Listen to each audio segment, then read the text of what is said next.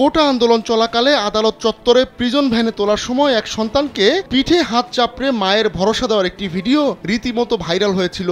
Viral হওয়া ভিডিওর সেই তরুণ বিএনপির ভাইস চেয়ারম্যান বরকতুল্লাহ বুলুর ছেলে। তার নাম ওমর শরীফ মোহাম্মদ ইমরান সানিয়াত। আদালত চত্বরে মা ও সন্তানের এমন দৃশ্য সবার প্রশংসা কুড়িয়েছিল। এবার সামনে এসেছে সানিয়াতের ওপর নির্যাতনের নির্মম বর্ণনা। এ নিয়ে সামাজিক যোগাযোগ মাধ্যম ফেসবুকে একটি পোস্ট দিয়েছেন ফরিদ উদ্দিন নামে এক ব্যক্তি। তিনি লিখেছেন, রিমান্ডে প্রতিদিন সানিয়াতের জন্য ছিল জাহান্নাম। সে কষ্ট সহ্য করতে না পেরে প্রতিনিয়ত মরার জন্য দোয়া করত। রাত 2:30 বাজে সানিয়াতের মাকে কল দিয়ে অন এয়ারে রেখে তাকে নির্মমভাবে পিটিয়ে তার আর্তনাদ শোনানো হতো।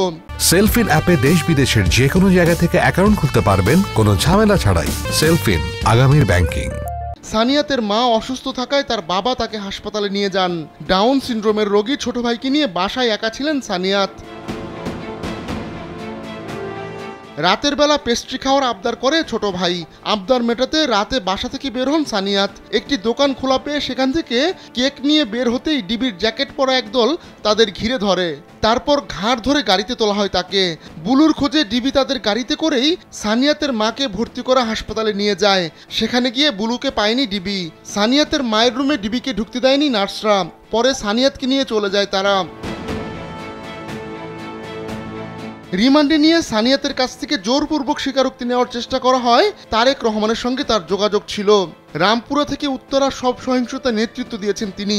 এটা জোর করে স্বীকারোক্তি নেওয়ার চেষ্টা করা হয়। এদিকে সানিয়াতকে কোথায় নিয়ে গেল তার কোনো খোঁজ পাচ্ছিলেন না তার বাবা মা। একদিন পর সানিয়াতের মা ঢাকা মেডিকেল মর্গে গিয়ে তার লাশ খোঁজেন।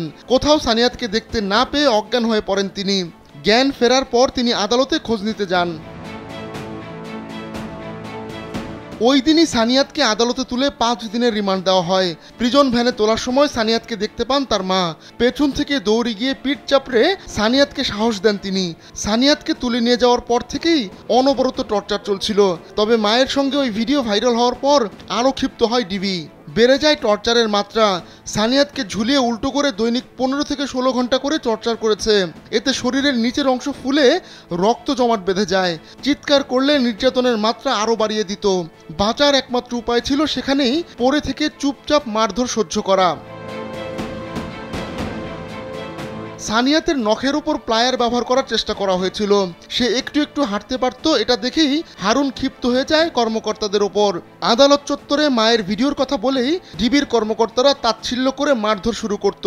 পানি খেতে চাইলে পানি তো দিত না, বরং শাস্তি হিসেবে তাকে 2 জন লোকের সাহায্যে হাঁটতে বাধ্য করে। ভিডিওর কথা সানিয়াত কিছু জানতেন না।